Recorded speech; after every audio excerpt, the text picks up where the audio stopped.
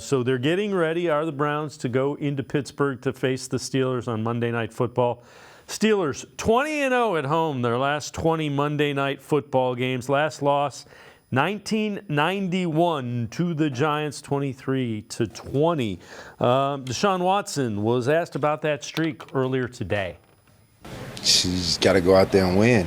You got to go out there and earn it. You know, they're not going to give it to us. That's a very impressive stat for them. But you know, when we go in there, we can't, you know, think about that stat. It's a 2023 year. We can't focus on the past, and, you know, we got to try to break that tradition that they have going. So, you know, but it's not going to be easy. It's definitely going to be a tough task, and I think we have the team that can go in there and do it. You were able to experience a game there last year, the last game of the year. Anything particular about that environment that makes it tougher than? Yeah, I mean, they have a great fan base. They support their team, and the defense really rallies around that energy. And, you know, they just try to make you do things that you're not, you know, you would normally do. Get you kind of psyched out about, you know, thinking about other things. But, you know, we got to lock in, be laser focused, and just go in there and block all the noise out and execute the game plan. Let's welcome in Quincy Carrier, Untitled, Unfiltered Browns coverage. Quincy, it doesn't factor into it. You add to that the Browns haven't played particularly well in Pittsburgh, but those were the days under Ben Roethlisberger. Yeah, those were days under Ben Roethlisberger, and those were, you know, before the Browns feel like they've settled this quarterback situation, settled some of the issues with the defensive coordinator situation.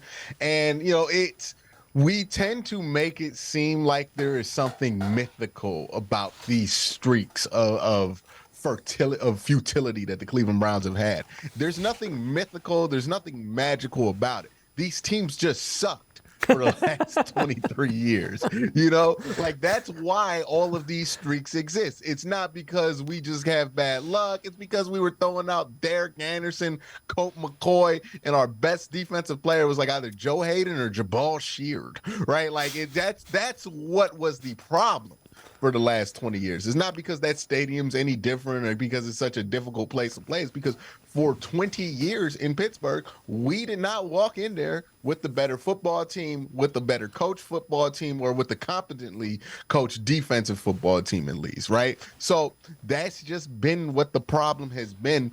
And, you know, for Deshaun, look, that streak might be 20 years old, but for him, that's not a streak because it didn't happen to him. Right. It's happened to other guys, other teams that were of lesser quality. So, yes, it matters that they haven't had this success in Pittsburgh.